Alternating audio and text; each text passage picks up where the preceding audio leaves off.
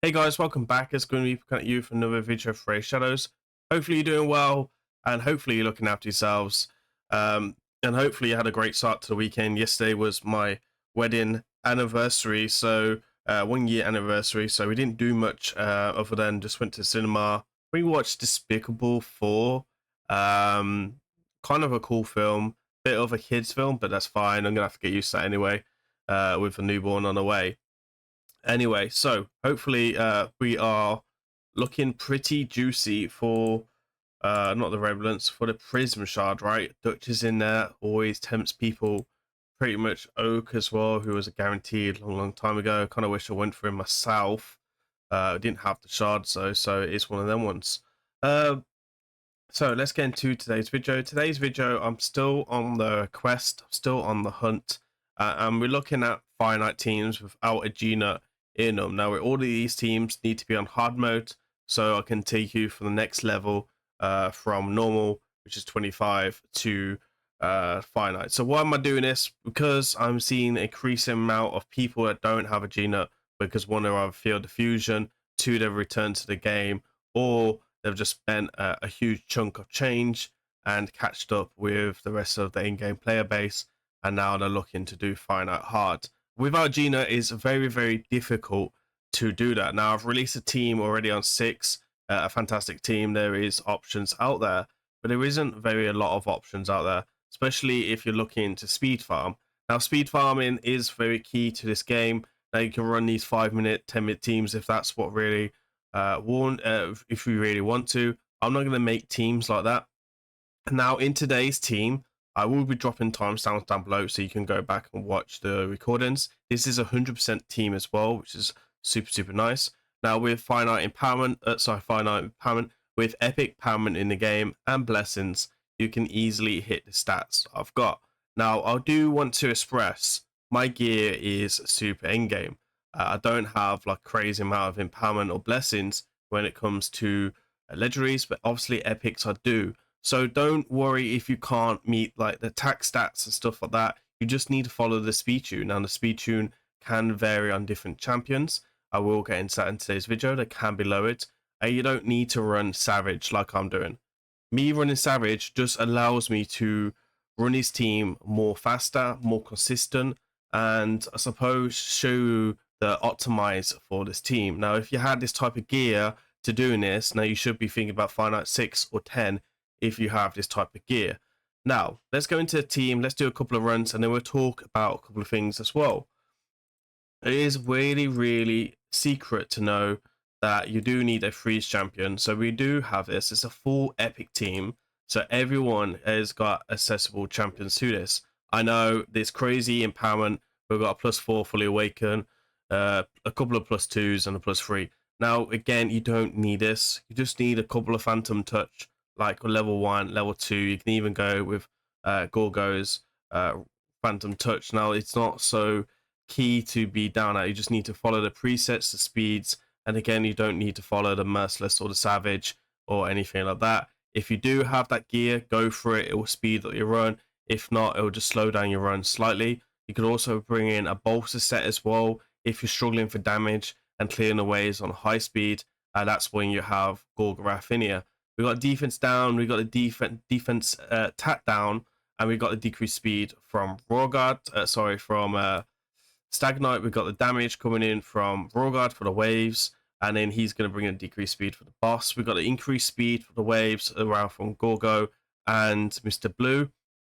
And he is also going to bring the freeze as well on his A2 and his A1, which is really consistent. And I'll talk about as well how to keep the freeze down when I do the builds later on, because he's not actually fully masteried, which is cool.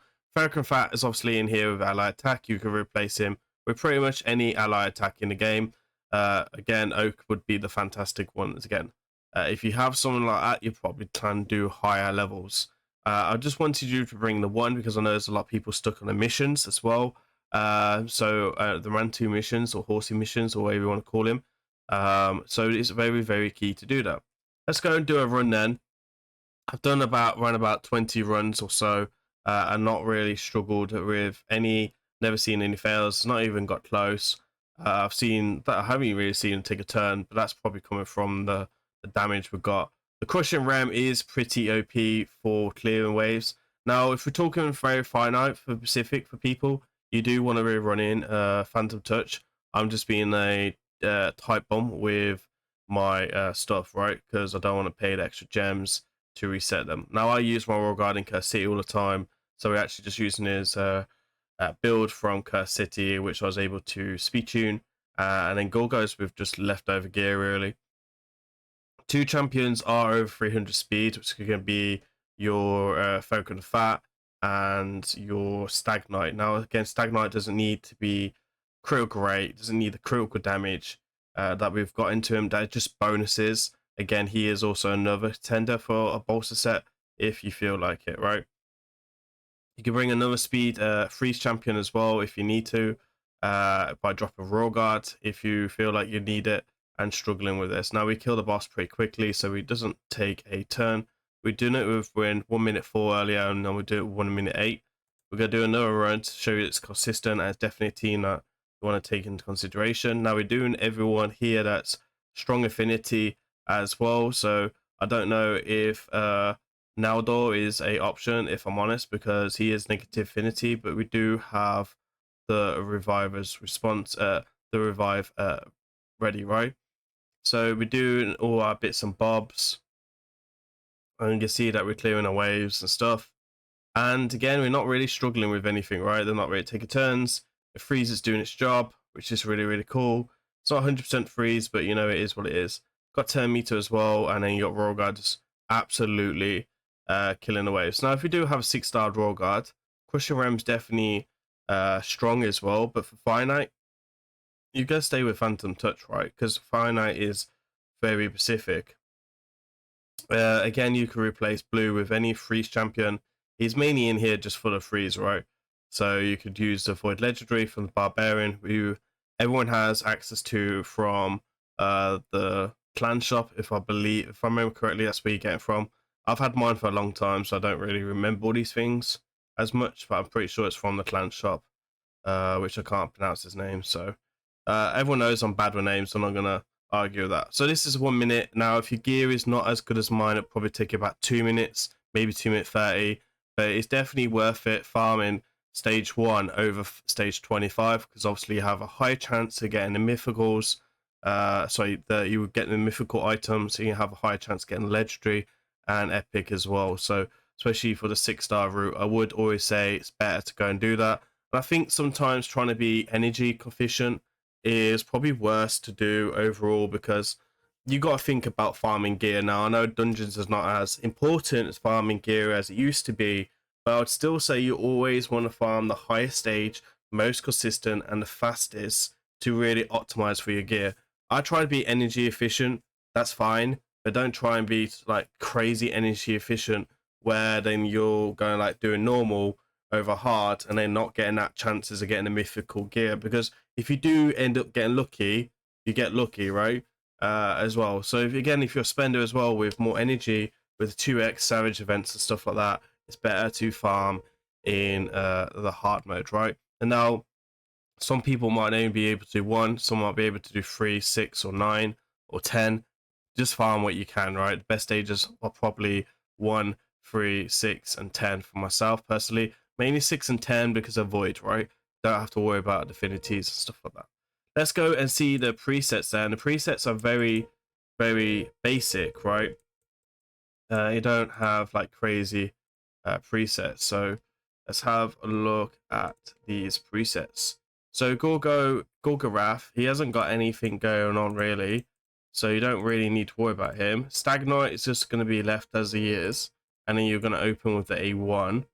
Royal Guard's going to be pretty much the same, but you've got to turn off the hamstring, which is decreased speed ability, to make sure it's ready for the finite when the shield drops.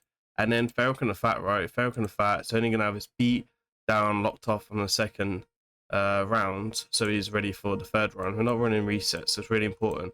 Now, Mr. Blue, you're going to leave him to do his stuff here and here as well, and then you're going to open with the A1. You're going to then have number 2 as the open there, and then you're just going to turn off the increased speed because it could break your speed tune. Now, as you can see here, we've got crazy amount of stats, but again, please don't worry about super stuff. Like the main person you need for damage in your comp is pretty much the Royal Guard. But again, if you're struggling for damage, you don't need 360 critical damage. You're perfectly fine at 250 critical damage. So don't break a sweat or, you know, try and be like, look on it as a negative point of view. I make this content to try and help you, right? But also I'm putting on my best gear to show you the optimized. It's not even my best gear in all fairness. Like some of it is, some of it isn't. Gorgo's in leftover gear. This is just sitting around on my account, and I've just used optimizer to make my build efficient. Now, sorry, that's the Hydra. It is worth noting as well, I have a max Great Hall for the finite other than speed, so that also will play with your build a little bit. I've got extra savage build basically because of the ignore defense on here, so I'm ignoring like a lot of defense, right? So you can see here we've got ignore defense, which is pretty much key to taking a Great Hall. You want to try and take ignore defense to really help you clear the waves. But for Gorgo, you don't need to worry about that. You just need to worry about good defense, good HP, and speed. That's if you get 3%ed. You don't need to worry about the boss. Pretty basic gear as well overall, and yeah, not too bad. Blessing, you could take anything, but I'd probably recommend Phantom Touch for this content. And then again, Reader Masteries from a very long time ago. Yeah, still have the free reset, so you can pretty much take War Master and stuff as basic masteries. Now, Stag Knight's going to come in with War Master. These are pretty basic masteries. Cycle of Violence. We've got Master Hexer to help, and Sniper as well. And then a couple of damage masteries. Phantom Touch, if you can get it, that'd be pretty nice. Level 1 or level 2 is perfectly fine. You wouldn't need the massive 5-star like I've got. Got a little bit lucky recently for Staggy. So I click kicking on Hydra. Let's click on the right one, which would be Fire Knight, right? So we've got speed of 306. We've got the attack of 5,000.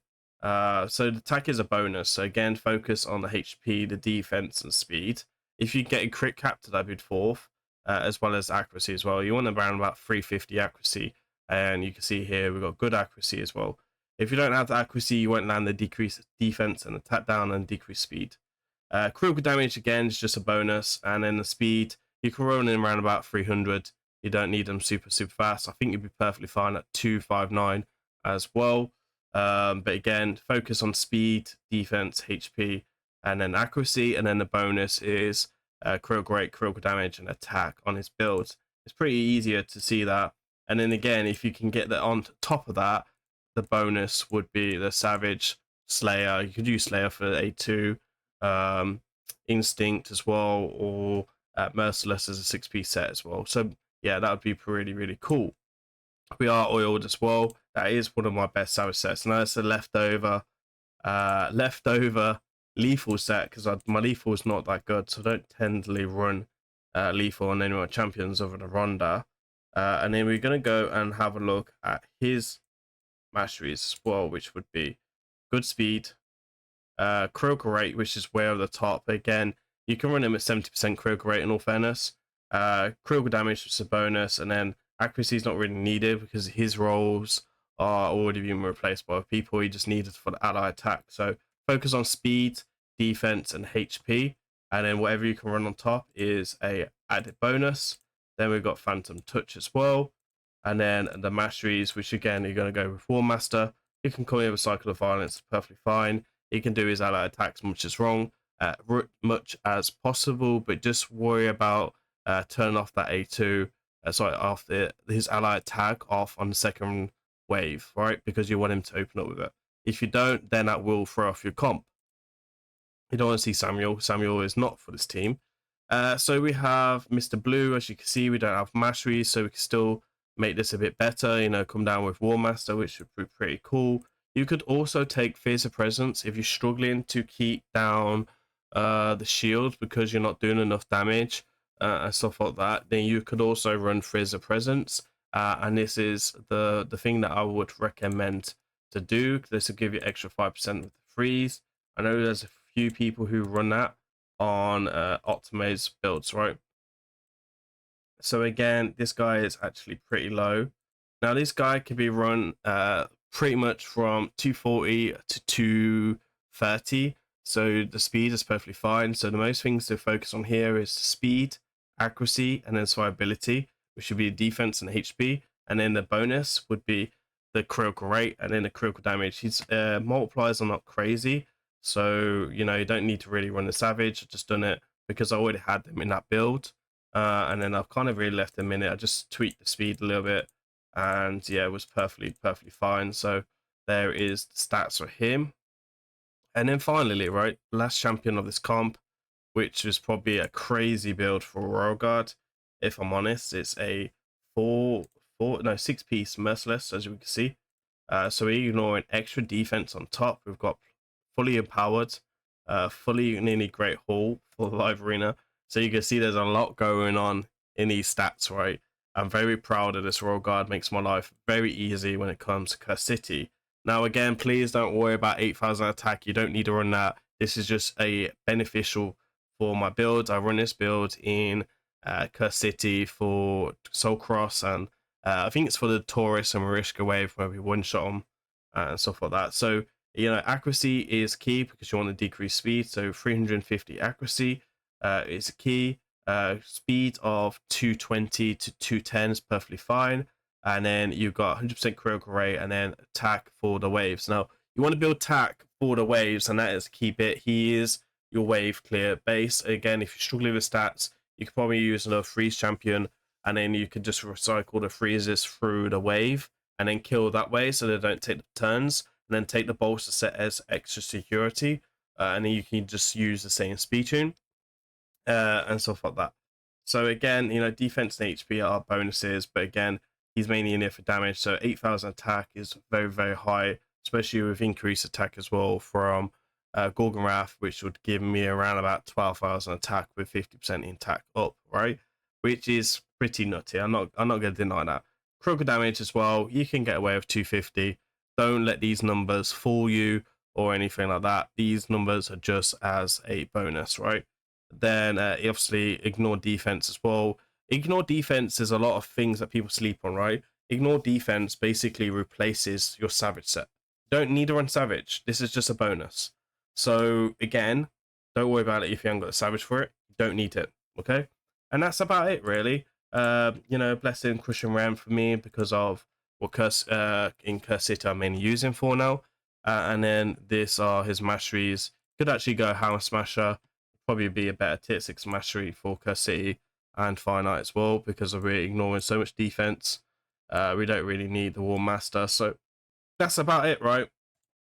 There is my Finite team and stuff like that. Now, if you have any questions or any theory crafting or struggling this team, please go and pop into my Discord. It's down in the links down below. I do stream on Twitch 5 to 6 days a week. You can also find me on there as well. If you're struggling with any of my videos or anything like that, reach out and I will assist you the best I can and stuff like that. You can also look at so my Twitch channel is grimreapertvraid. I'll be down in the comments as well. I will ping that. That's it. There is a couple of more Finite teams that you can also have a look at. I've got Finite 6. I'm working on the Finite 10 stage. If I can, I'm just trying to get it closer to 100%, which is a bit difficult because obviously Finite 10 is pretty nutty. So that is something I'm working on. Anyway, please remember to leave me a like, hit that sub on my channel, and again, I'll see you on the next video. I've been Grim Reaper. I'll see you on the next one. Peace.